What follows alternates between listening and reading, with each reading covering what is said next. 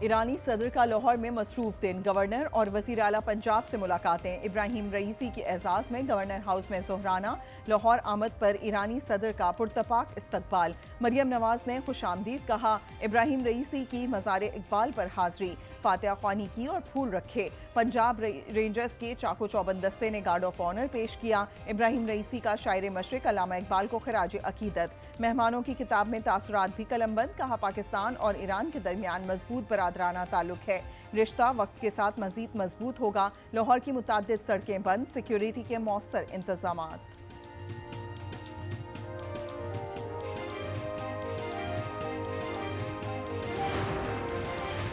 ایرانی صدر کے شاندار استقبال کی تیاریاں، کراچی کی سڑکیں سج گئی۔ غیر مقدمی بینرز آویزاں، ابراہیم رئیسی مزار قائد پر حاضری دیں گے۔ سیکیورٹی کے کڑے پہرے، Shahrah Faisal, M A general road, Guru Mandir تک اور شارع قائدین سے نمائش جانے والا روڈ بند۔ پیپلز سیکریٹریٹ چورنگی کے اطراف بھی کنٹینرز لگا دیے گئے۔ ایئرپورٹ سے پی آئی ڈی سی تک سڑک مکمل بند، موبائل اور انٹرنیٹ سروس بند ہونے کا بھی امکان۔ اتنا آسان نہیں ہے، اس میں بہت ساری اس کی جہتیں ہیں۔ حکومت کی جو سنجیدگی ہے اس مسئلے کو ریزالو کرنے کے لیے، اس میں کمی نہیں ہے۔ کسی سوشل میڈیا پلیٹ فارم سے اگر کوئی بات کی جاتی ہے، اس سے یا ایون عدالتی احکامات سے بھی اوور نائٹ حل نہیں ہو سکتا۔ اس کا ایک پروسیس ہے اور ہم نیت رکھتے ہیں کہ اس مسئلے کو حل کیا جائے۔ سوشل میڈیا پر منفی پروپیگنڈا کیا جا رہا ہے، حکومت کو اپنی ذمہ داریوں کا احساس ہے۔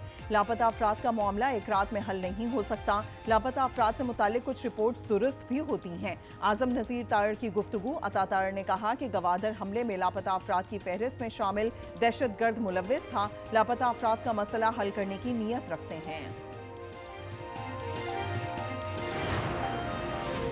نیشنل ایکشن پلان پر عمل درآمد کے لیے سپریم کورٹ میں درخواست دائر، شہداء فورم بلوچستان کی دہشت گردوں کے خلاف زیر التواء مقدمات جلد نمٹانے کی استدعا، دہشت گردوں کو لاپتہ افراد کی فہرست میں شمار کرانے والوں کے خلاف ایکشن کا بھی مطالبہ۔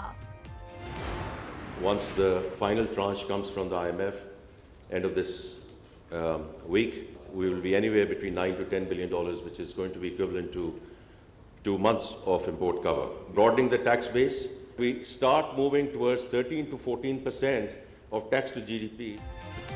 آئی ایم ایف کے ساتھ طویل مدتی پروگرام ضروری ہے۔ آئی ایم ایف رواں ماہ کے آخر میں قرض کی قسط جاری کر سکتا ہے۔ آئی ایم ایف کے علاوہ کسی پلان بی کا تصور نہیں کیا جا سکتا۔ وزیر خزانہ محمد اورنگزیب کا تقریب سے خطاب، جون تک زر مبادلہ کے ذخائر $10 ارب تک پہنچنے کی امید، توانائی کے شعبے میں اصلاحات ناگزیر قرار۔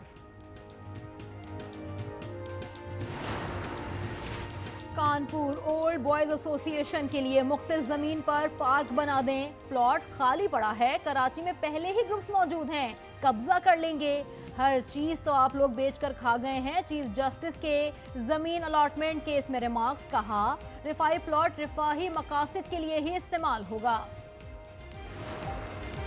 ججز کے خط کے معاملے پر اہم پیش رفت، چیف جسٹس اسلام آباد ہائی کورٹ عامر فاروق نے فل کورٹ میٹنگ بلا لی۔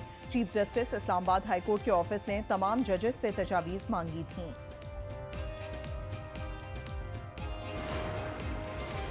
سونے کی قیمتوں میں بڑی کمی، فی تولہ سونا 7,800 روپے سستا، 2,40,900 روپے کا ہو گیا۔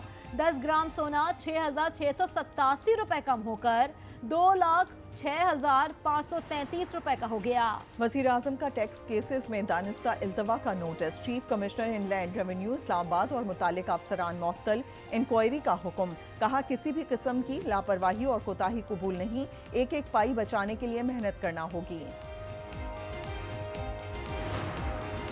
ملک کی تاریخ میں مہنگائی سب سے بلند سطح پر ہے، چیئرمین سینیٹ یوسف رضا گیلانی کا اعتراف، سمٹ سے خطاب، کہا سرمایہ کاری میں کمی کے باعث آمدنی کم ہو رہی ہے، ڈکیتی، گاڑی چوری اور دیگر جرائم بھی بڑھ رہے ہیں۔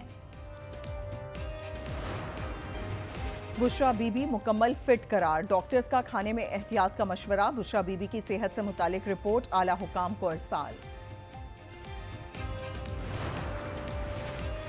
بانی پی ٹی آئی اپریل کے آخر تک جیل سے باہر آ جائیں گے، اسد کیسر پر امید، کہا نام نہاد حکومت کسی دباؤ میں نہیں آئیں گے، علیمہ خان نے بانی پی ٹی آئی کے خلاف کیسز کو زندہ لاشیں قرار دے دیا.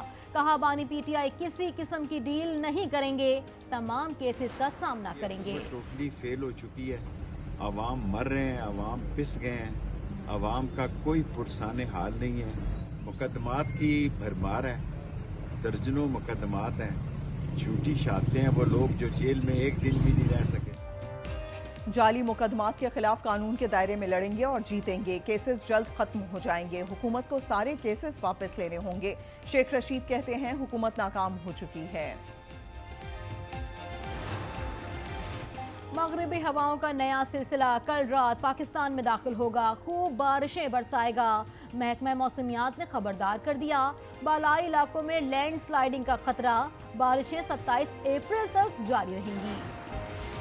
کتابوں سے دوستی کیجیے. پاکستان سمیت دنیا بھر میں کتابوں کا دن. نئی نسل کو کتاب سے دوستی اور کتب بینی کا فروغ وقت کی اہم ضرورت قرار.